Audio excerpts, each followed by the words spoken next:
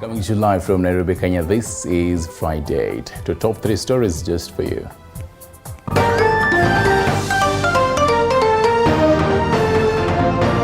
Tonight. Hatuwezi kwenda uchaguzi wa 2027 na IEBC ambayo wanataka kuiunda saa hii ili kuimarisha wizi ambao uliletwa na kina chama. Azimio coalition threatens to boycott process to reconstitute fresh IEBC until proper public participation is undertaken.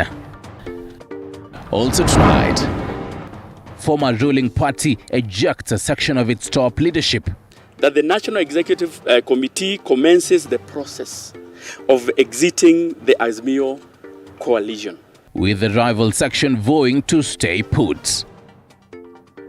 Plus, Kenyans stare at a new hike in electricity bills as the Seven Forks Dam water level diminishes due to the ongoing drought.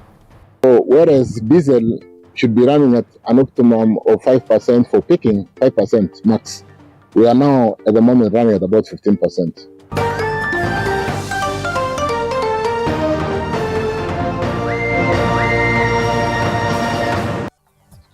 Good evening, welcome to the broadcast. Catherine Simalo is on the sign language interpretation. My name is Stanley Nyerungete. You can always talk to us on our socials below your screens. We'll be updating you on what is happening in the country in the next 30 minutes. And in the next other 30 minutes, we'll be getting into matters lifestyle with the one and only Bena Wamalines. Now we start with this particular bulletin on a sad note, where 2 people have been shot dead in Kakong area, Turkana County, after the vehicle they were traveling in was attacked by people who were believed to be poachers from neighboring West Pokot County.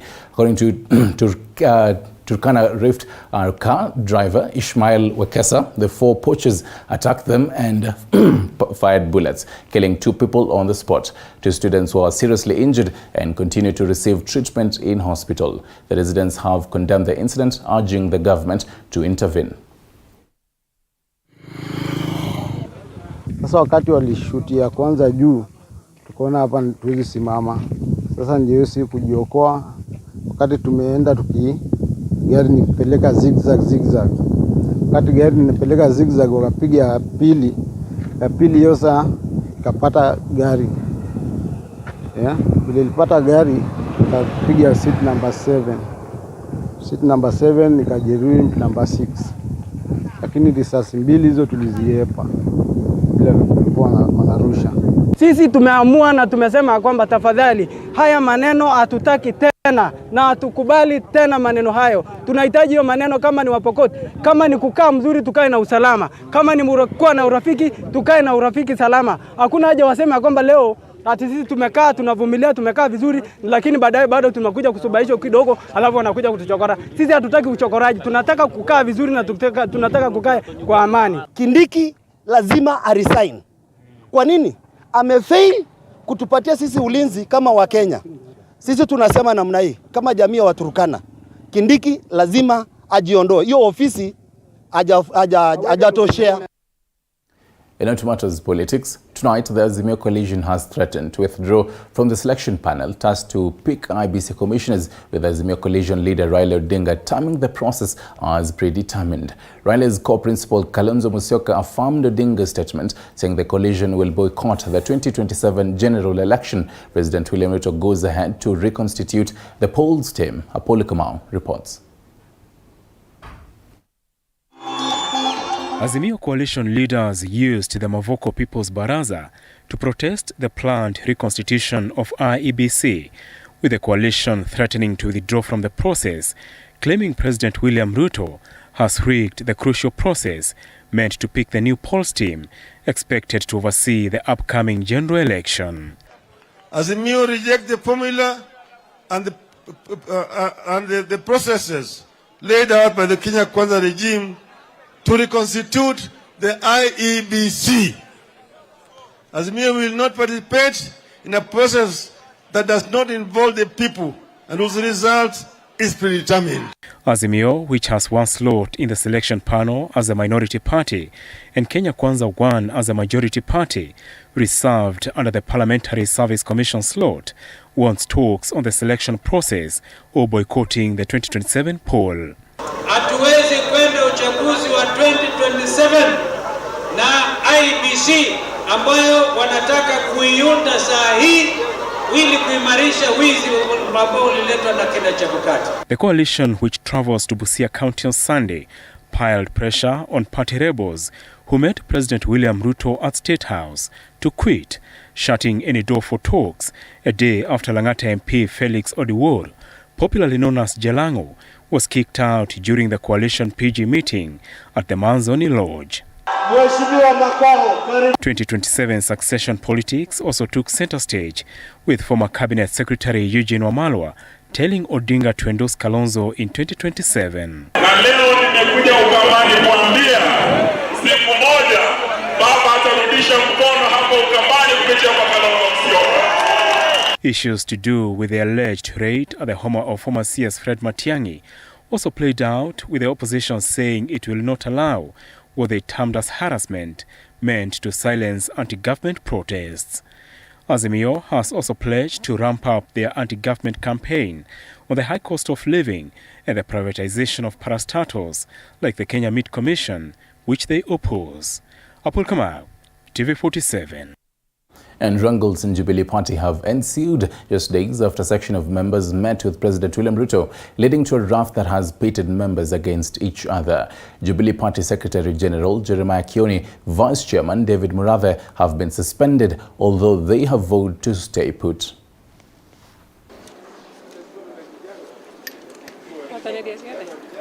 The fault line cutting across the former ruling parties seem to be cutting deeper each passing day, if the recent developments are anything to go by. The latest turn of events being kicking out a section of party leadership. A breakaway faction of the party met in Naivasha today and resolved to kick out Jeremiah Kioni as the Secretary General of the party. A few months after his appointment, Kioni will be replaced by Iala Member of Parliament Kanini Kega. Is automatically Kioni is the former Secretary General of Jubilee Party. The National Vice Chairperson David Murathe has also been suspended and will be replaced by Elders Member of Parliament Aidan Kenan, as Kagwe Gishogi, who is the Treasurer, will have his position being taken by Kitui South Member of Parliament Rachel Nyamai. That the following party officials are suspended forthwith and their cases referred to the party internal dispute resolution mechanism for further determination. 1. The Secretary General, Honorable Jeremiah Kioni. 2. The National Treasurer, Mr. Kagwe Gishogi. 3. The National Vice Chairman, Honorable David Murathe. In the meeting, the party has also resolved to start the process to exit Azimio la Umoja One Kenya coalition and join the ruling government. These coming days after 32 members of parliament met President William Ruto to discuss strategies to work together. That the National Executive Committee commences the process of exiting the Azimio coalition. 2.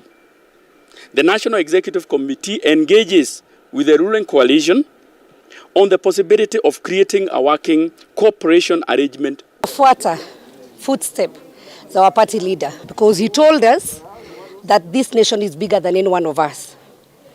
And he was avoiding what we are having now, to see people on the streets and maandamano. However, Kioni has dismissed that decision, saying that he is the legitimate sec-gen of that party. In addition, he has submitted a letter to the party committee asking for disciplinary action to be taken against MP Sabina Chege, Kanini Kega, Aidan Kenan, and Fatma Dulo for violating the laws of the party.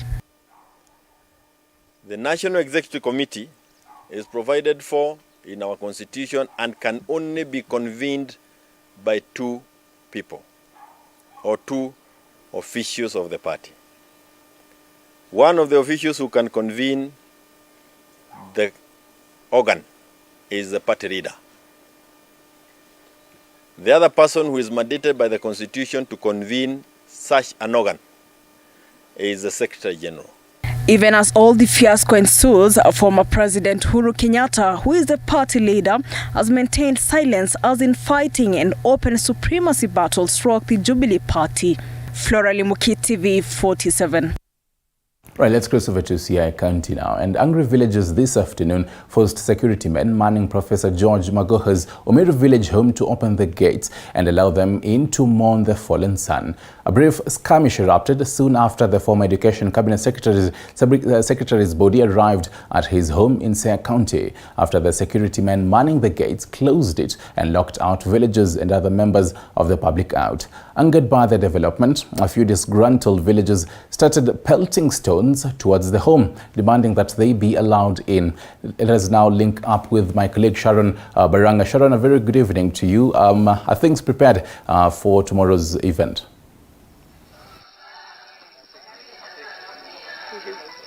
Good evening, Stanley. We are currently at the late Professor George Magoha's home at Umeru in Siaya County. His body arrived at this place around 3 p.m. Then the Catholic Church led a service that was attended by a number of people who turned up here for the service. And then later, some of the guests paid tribute for Professor George Magoha, who's also the former Education Cabinet Secretary. And then later, the public had an opportunity to view the body. So currently, we have a number of people who have dispersed, maybe awaiting tomorrow, where they're going to have an opportunity to bid farewell to Professor Magoha. Currently, we have a few people in the tents that have been set up here in his compound, and they will be spending the night here, just keeping vigil as they await tomorrow, when they are going to bid farewell to the late professor, who is a man who has been described as an academician, an academic giant, one who spearheaded reforms in the education sector, and one who was firm in his decisions. The late professor died on 24th January after suffering heart attacks, and he died at the age of 71, and he will be laid to rest tomorrow at around 3 p.m. That is after the service that will be held at the Odero Akango University in Yala, Siaya County. And now I'm going to be joined by some of the residents here who are just going to talk to us of just how they remember the late professor. Karibu sana. Unaweza anza tu kujitambulisha wewe ni nani, kisha utueleze unamkumbukaje Professor George Magoha. Asante sana. Nakushikia. Mimi naitwa David Omondi kutoka Umeru village, Nyamnenia. Kujua kwa profesa alikuwa ni mtu wetu sana. Tokea hapo awali alikuwa hata ikifia brother yake, tulikuwa naye hapa pamoja. Kama mimi ni fundi, tulikuwa naye tukiongea naye, but ili tulishtua sana kifo cha Magoha. Nasema amesaidia sana, amesaidia kwa hii kijiji. Hata wafanyikazi wake alikuwa anajengea manyumba, alikuwa na chochote anafanya, alikuwa anaweza kufanya kama wewe mfanyikazi. Kwa hivyo mimi nahuzunika sana kwa kifo cha Magoha. Hatukujua, lakini ni mahali ambapo kila mtu anapitia. Kila mahali mtu anapitia. Sioni uchungu sana, kwa sababu chenye amefanya hata watu wanajua. Hakutaka kwa mtu wa siasa. Alipenda kwa anasema tulikuwa tunakaa na yeye, anasema yeye hataki siasa. Alikuwa akataka ubunge, anasema mimi sitaki. Alikuwa anasema yeye hataki. Alikuwa anahudumia mwananchi kama vile binadamu. Amefanya Katoliki. Mimi ni mshirika Katoliki hapa ya hapa St. Teresa's. Amejenga mwenyewe, ameleta viti, amefanya kila kitu kwa kanisa. Amefanya kila kitu. Kama ni mwanadamu, mtu amesema unasikia mimi, kama yeye anaweza ingia mbinguni, basi yeye ataingia. Kama haizi kuingia, hakuna mwingine anaweza ingia mbinguni kama Magoha. Asanteni sana. Mimi naumia tu. Niko na uchungu sana, lakini na asanteni kuja kutuopoleza, kwa sababu ni jirani yangu. Lakini kinya amefanya kama binadamu. Kama binadamu. Tusidanganyane. Okay, sawa. Asante. Karibu, unaweza anza kujitambulisha wewe ni nani, kisha tueleze unamkumbukaje Professor George Magoha. Geuka tu hivi uangalie kule. Kwa majina ni Campbell Otwera. Mimi ni resident kutoka hapa area. Na the late Professor George Magoha ametusaidia kwa mtaa. Kwanza mimi ni student nasoma Nyamina Secondary School. I can remember Professor George Magoha kuna alikuja ku launch CBC class and he really came to visit us in class and told us to work hard, and as I am in this society, I would like to be like the late Professor George Magoha. I can remember the Professor George Magoha. He really helped my grandmother. When my grandmother passed on, he has already helped us with the coffin. But George Magoha is really the person who can understand people and lovely. The day that his brother passed on, that is the day that we have been there and we have been holiday. He gave us work and we really work hard. But he can tell you that, my son, you are too young. This is not your work. Take this money and go back home. Just go and help your parents. Yeah, thank you very much. Asante sana. Mwisho tunaweza kuwa na karibia tu, unaweza jitambulisha wewe ni nani, kisha utueleze unamkumbukaje Professor George Magoha. Ndakushikia. My name is Beatrice Achieng. Kwa majina ni Beatrice Achieng. Mimi ni mfanyikazi wa nyumba yake huko juu. Sasa Magoha alikuwa mzuri. Nilianza kufanya kazi hapa kitambo. Kama niko na mtoto mdogo, amenisaidia sana. Kama niko na mtoto mdogo ya miezi 2, akasema tu huyu mama akuje na mtoto kwa kazi. Wadosi wengi hawakubali mtu aingie na kazi yake na mtoto mdogo. Sasa namshukuru Mungu sana. Nilianza kazi hapa mwaka uliopita mwezi wa 5 huko. Sikukaa na Magoha ni muda mrefu sana, na nilikuwa namjua huyu ni mtu mzuri, alikuwa anapenda watu zaidi. Tena wafanyikazi wake walikuwa wanapenda. Sasa namshukuru Mungu amweke mahali pema peponi. Asante. Asante sana. Those are just sentiments from the residents of Umeru and the workers of Professor George Magoha, who they say they remember him as a cheerful giver and one who has touched the hearts of many. We will be here live tomorrow to bring you up to speed with what will be happening here with regards to bidding farewell to Professor George Magoha. We expect a number of guests to arrive here right in time to just bid farewell to Magoha. Back to you, Stanley. Right, thank you for that, Sharon Baranga in Umeru, that is in Nyamninia in Siaya County, giving up us latest updates on the preparations for the burial of the late Professor George Magoha, and we'll definitely be keeping our eyes and ears on ground to give you, dear viewer, what will be the latest tomorrow. Now, parents to needy students in Kajiado East who are yet to join Form 1 due to lack of fees are presenting themselves to the local administration to seek help. This as the UN says countries affected by drought need to become more proactive if the situation is to change. As the country still grapples with after effects of drought and famine witnessed during the most part of the last 3 years, millions of people and livestock are still in dire need for food assistance. For many families in Kajiado East, the situation is not any different, and even worse for parents with children joining secondary schools. Watoto wengi mpaka sasa bado hawajaripoti shule secondary kwa sababu ya kiangazi iliyokuwa. Families entirely dependent on livestock as a source of livelihood have been reduced to abject poverty after hundreds of cattle succumbed to hunger. Hatuna ng'ombe zimeisha. Kuna shida kubwa sana. Kiangazi imekuwa ghali. Hatuna ng'ombe imeisha. Hatuna kitu. Kwa hivyo tunaomba mheshimiwa wetu kama akiweza atupatie basari na atupatie pia chakula juu kiangazi ni ngumu. Speaking during the disbursement of 18 million shillings in Kajiado East bursary disbursement, the parents in Kitengela cited that it was necessary for them to report their challenges to avert being arrested over suspicion of intention to marry off young girls in an aim to avoid the crisis. Bursary yenye tumekakuta Maimai alipeana leo, mimi naona itatusaidia kwa sababu sasa kuna kiangazi ya ng'ombe, sasa watu hawana kitu. Tena kwa biashara sasa kumekauka. Hata kama ulikuwa na biashara, Sasa hata upati kitu. This happens as United Nations say many countries are at risk if there shall be no measures put in place to combat hunger and drought problems as a result of climate change.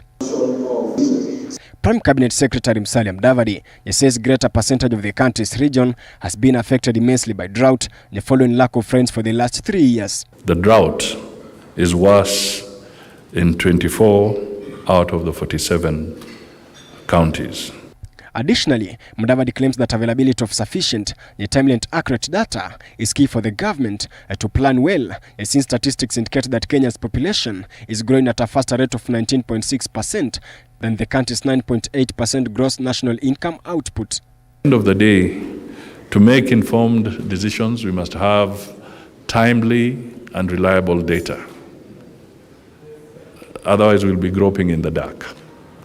So if we can share the data we have, not just because we are launching the hunger index, but the other parameters and the necessary analytics that go with it. Chaimba Emmanuel, TV47.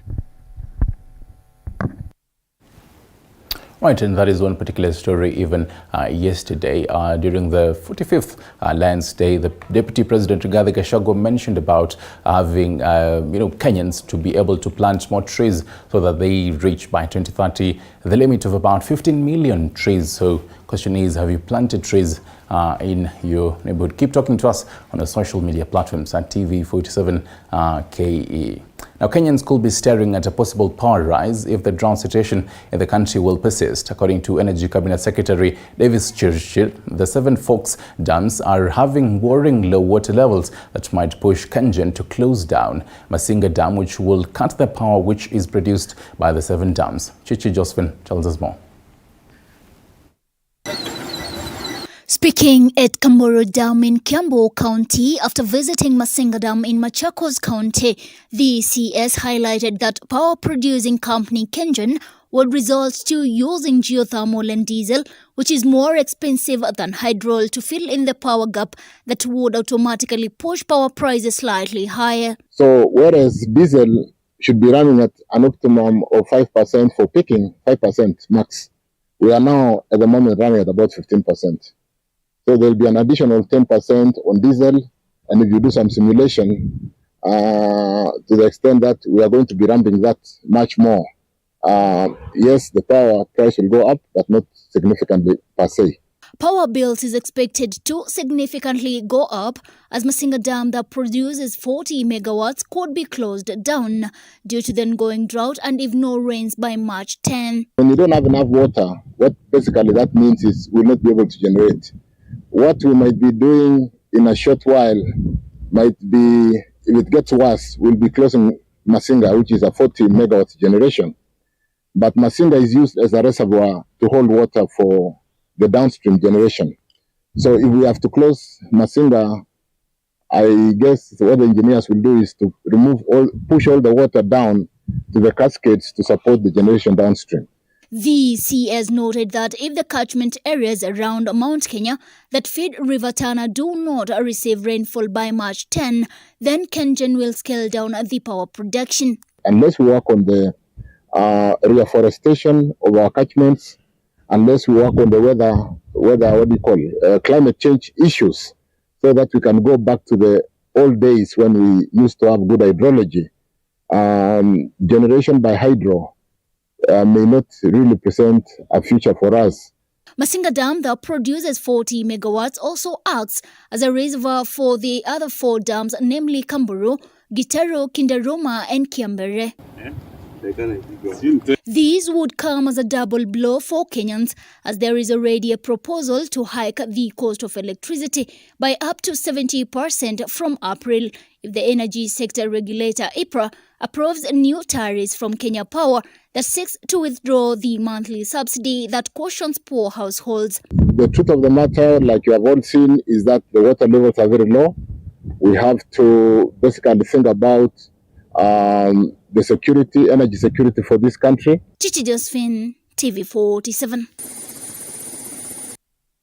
And to matters of health, Kiambu County medical practitioners on Friday down-tooled their services and held demonstrations in the town of Kiambu, where they submitted their petitions in the county assembly and thereafter proceeded to the governor's office. And as Elizabeth Atieno reports, the lives of thousands of patients are now at risk as the dispute between the doctors and the Kiambu County government remains unsolved. It all started as a sound warning, but not loud enough for its target audience. A warning made by devastated health workers from Kiambu County to the county government, led by Governor Kimani Wamatangi. The workers today made a bold step to the county government's office to decry alleged frustrations by the government, as thousands of patients remain stranded in the corridors of the Kiambu Referral Hospital. Tukalipa, tukakuja huku kwa lab, bado tukaambiwa tuende tulipe, kugojea resort hadi saa hii hajatoka. Na ni saa 2, saa hii ni saa 5, resort ya Makojo haijatoka. Watu waambii kitu. Tukienda kuitisha resort waongei na sisi. Naomba washirikiane na gavana. Washirikiane sisi tupate kusaidika. Sababu saida wanavutana, kila mtu anaumia hapa. This is just the beginning of action that should tell the government of Kiambu, other county governments and the national government that the doctors and healthcare workers will not stand and see that the quality of healthcare is compromised. The doctors, led by the KMPDU Secretary General Dr. Davji Atela, have protested the change of the insurance cover from the National Hospital Insurance Fund to a private medical cover. In that scheme, reading the particulars therein, the scheme will never cover anyone who is an inpatient, because they say for you to be covered inpatient, you must have sought pre-authorization 48 hours. So it means you must predict your disease, your illnesses 48 hours before. They are bringing us something from private sector. We do not know how it was sourced. We were supposed to have said that we are uncomfortable with NHIF. We have not said so. We are very comfortable with NHIF. So when we find anything else that is being brought to us, we are asking who consulted who. We know in Kenya there is need for public participation. Move workers from comprehensive NHIF cover, where the benefits are sufficient, to an inferior cover which nobody understands, to the point that the cover tells everyone that after going to the hospital, if you have maternity and you deliver, then you pay and go ask for reimbursement. We are saying no to such. We are saying no to such rudimentary actions. The healthcare workers further criticized Governor Wamatangi for his earlier remarks accusing some medics in the county of stealing medicines from the public facilities and selling them in privately owned pharmacies. Wanafika hapa mtu akitafuta kazi ya county tunampatia, alafu anakuja anatafuta kiosk kama duka hapo karibu na hospitali anaweka chemist. Ama namna gani? Yes, alafu kila saa mtu akikuja na shida, yeye kazi yake ni kuandikia mtu karatasi na kumwelekeza kwa chemist yake ndio aende anunue madawa. Ama namna gani? Yes. Na hiyo kitu ndio nimekataa. Do not have medicines. We are not thieves. This was a gimmick so that we would be subdued into agreeing to the dubious insurance scheme called MUA. It was public blackmail from the governor. Shortage of doctors, salary delays, and lack of vital medical equipment are some of the challenges which the medical personnel want to be addressed by the county government. Elizabeth Atieno, TV 47. And hopefully the necessary authorities will take charge on that matter. Now, another body of a miner who was trapped in a gold mine in Thursday's tragedy in Shinyalu sub-county has been recovered, bringing a total number of 3 deaths. And as Violet Oma reports, the families of the victims are still camping at the site with hopes of reuniting with their loved ones alive. It has been a long wait of hope for families of the gold miners who were still trapped in the Sigalagala gold mine that caved in yesterday, claiming 3 out of 12 that were trapped in the mines. Iko tu mwenye alikuwa ananisaidia, yeye yuko kwa shimo saa hii. Ni koko wange. Mbona luanje na kukolata. Hakuna pahali ndaenda. Sasa nakufia kwa shimo, yeye yuko tu saa hii. Mchanga umemaliza watoto wetu wengi. Watoto wetu wameenda chini wote. Baba yake mtoko alienda mwaka jana kwa mchanga. Hivyo tu. Saa hii huyu mtoto amemfuata. Families and friends spend day and night at the mines hoping that their loved ones will be rescued alive. Hatujui kama bado wako hai ama amekwenda. Kwa hivyo nahuzunika sababu ni yeye analinda jamii yake. Kwa boma ndio yako pekee, hakuna mtu mwingine huko. Kuna vijana hapa, vijana wenye wako hapa, msifikiri ati hao vijana hawajasoma. Kuna vijana hapa wamesoma, wamefanya form 4, wengine wameenda university lakini hakuna kazi. This evening, one body was retrieved from the debris, bringing the number of deaths to 3, among them one who died receiving treatment at the intensive care unit at Kakamega Referral Hospital. Vijana ambao tumepoteza ni hali ya achali, na wamepotea kwa sababu ya kwamba material ambayo inafaa tukue nao kama wafanyikazi kutusaidia na mitambo hatuna.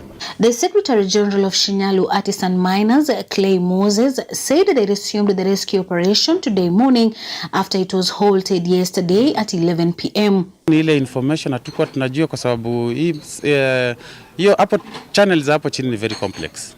And then hazina maps. So shida ikisha collapse, you do not have a map. So inakuwa ni delicate, ni kutumia guesswork saa zingine, lakini wale ambao survivors wametupatia very good information. So we are very hopeful in the next few hours watu wetu watakuwa wameshatoka. This comes as more than 50 students at Sigalagala National Polytechnic who had rented houses in the neighborhood were ordered by the institution to vacate the houses for their safety. Violet Auma, TV47, Kakamega.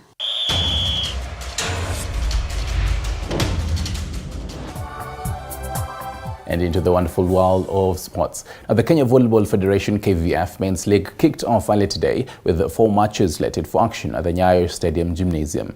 Kenya Army started the campaign on the league on a strong foot after dispatching Kenya Forest Service in sets of 3-1 with scores of 25-15, 19-25, 25-13 and 25-18. Meanwhile, Equity Bank was in fine form as it cruised past Prison Western in straight sets of with scores of 25-15, 25-18 and 25-22, while Trailblazers fell to a 3-1 sets defeat at the hands of Administration Police. The final match in the league's opening day saw GSU thrash Kenya Prisons in sets of 2-0 with scores of 27-25 and 25-21.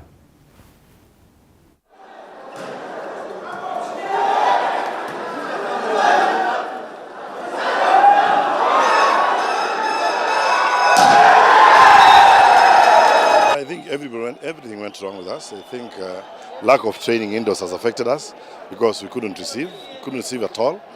But I know we are very aggressive. We had very good service, but we couldn't receive. That's the main thing that we have lost. But nothing is not yet. We still have to fight back. But the main thing that has made us lost, we didn't have in a single hour training indoors. We trained outside. Inside is a bit challenging. But we'll work on it. It is just the second leg, the first loss. We have another tough fixture tomorrow against KDF. And I believe it's going to be the same thing because though we are playing outside, I want to believe we'll play better. But the most important thing is that we make sure we don't lose another match. And from the indoor gymnasium to the beach, the Kenya Beach Volleyball earlier today got a major financial boost after being sponsored by 344,000 Kenyan shillings by Deep Hit Company ahead of the start of the league. Beach Volleyball Federation officials, while receiving the check at the Nyayo Stadium Gymnasium, expressed their gratitude to the company, saying it will go a long way in facilitating the hosting of a successful league. We want to thank Deep Hit for sponsoring us for the second time in a row. We are happy that at least we are going to start the Beach Volleyball League, and all this is thanks to Deep Hit. And the young ones are going to benefit out of this. Whatever you have seen there will be accounted to the letter in terms of there is a reason why it is 344 and everything is documented, and this is supposed to benefit those who are going to toil in Mombasa. Have been able to reach the youth, and we are looking forward to grow the sports through this partnership. We look forward for all the teams to come, and we invite them to come in large numbers so that we can grow sports and really nurture our youths. And financial constraints have continued to dog most football clubs in the country taking part in the top-tier league, the latest being FC Talanta, which fell to a 6-0 defeat at the hands of AFC Leopards in the FKF Premier League Match Week 15 tie. Speaking to the press in his post-match press conference, FC Talanta head coach Ken Kenyatta attributed the defeat to the tough financial times that have hit the team, as he stated that they have not been paid their salaries for the past 1 year, a situation that affects recruitment into the club since no players want to join them. Kenyatta also added that they did not have a training pitch, thus making it difficult for their players to maintain match fitness as well as motivation. The club, which is under short sponsorship of the Communications Authority of Kenya, is the second club within a month to complain of financial constraints. So there is no player you can convince to come and join FC Talanta when they don't pay. So it becomes a little bit tricky for somebody like me to coach a team which is not being well taken care of. The team is in my hands. So the performance that you are seeing here, players are not motivated at all. So there's nothing I can say. For me, we expect more than that, because if there's no motivation, what do you expect from a player? A whole year since 2022 March after. And that marks the first bit of Friday. Coming up is a bit of some comedy, so be prepared for that with the one and only Ben Oman Lions.